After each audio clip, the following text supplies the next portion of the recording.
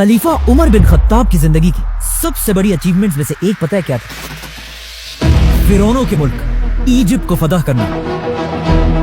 जो उस जमाने की दुनिया में सबसे ताकतवर और रिच इलाका था, और जिसे फतह करने के बाद पूरी खिलाफत में मुसलमान जश्न मना रहे थे। लेकिन जैसे ही मुसलमानों ने इजिप्ट को फतह किया, ये एग्जैक्ट वही टाइम था कि जब यहां से बहुत दूर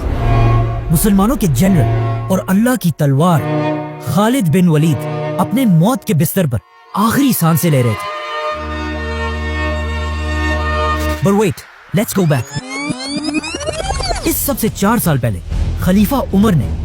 खालिद बिन वलीद को मुसलमानों की फौज से निकालकर उन्हें खिलाफत की हर पोस्ट से दूर रहने का हुक्म दिया था, जिसके बाद खालिद बिन वलीद आराम से सब कुछ छोड़कर अपने घर चले गए। लेकिन इस टाइम को भी उन्होंने वेस्ट नहीं किया, क्योंकि उन्हें पता था कि उनकी सारी जिंदगी इस्लाम के लिए जंगों में गुजरी। तो अब पहली बार उन्हें टाइम मिला कि वो तलवार को छोड़कर कुरान को स्टडी करें। लेकिन अपनी ये जिंदगी में खालिद बिन वलीद सुकून से नहीं गुजार सके, क्योंकि फौज से निकलने के कुछ ही अरसे बाद एक बहुत बड़ी बीमारी ताउन की वजह से खालिद बिन वलीद के ऑलमोस्ट सारे बेटे उनकी आंखों के सामने फौत होने लगे। मतलब खालिद बिन वलीद को जिंदगी के आखिरी हिस्से में अपने सारे जवान बेटों के मरने का गम देखना पड़ा, और उनके सिर्फ 3 ही बेटे जिंदा रहे, जिनमें से एक बाद में खलीफा अली रज़ियल्लाहु अन्हु की फौज में जंगे सिफ़ीन के दौरान शहीद हो गए। खालिद बिन वलीद की वफात से पहले लोग दूर दूर से आकर उनसे आखिरी बार मिलने लगे,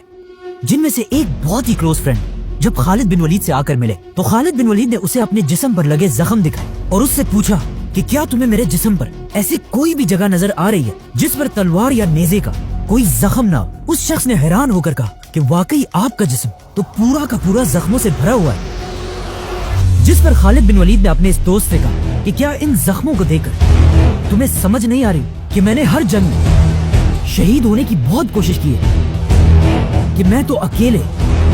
अपने घोड़े के साथ हजारों की फौज के अंदर घुस जाता था,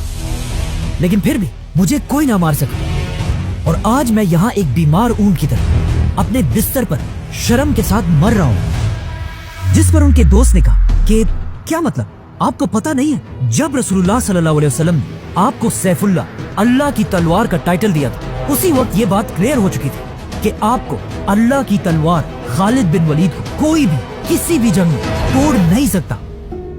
ये सुनकर खालिद बिन वलीद के दिल को आखिर थोड़ा सुकून मिला और वो आराम से अपने बिस्तर पर लेट गए। और इसके कुछ ही अरसे बाद इस्लाम के तारीख के सबसे बड़े जनरल, रोमन और पर्शियन एम्पायर की ताकत को तोड़ने वाले,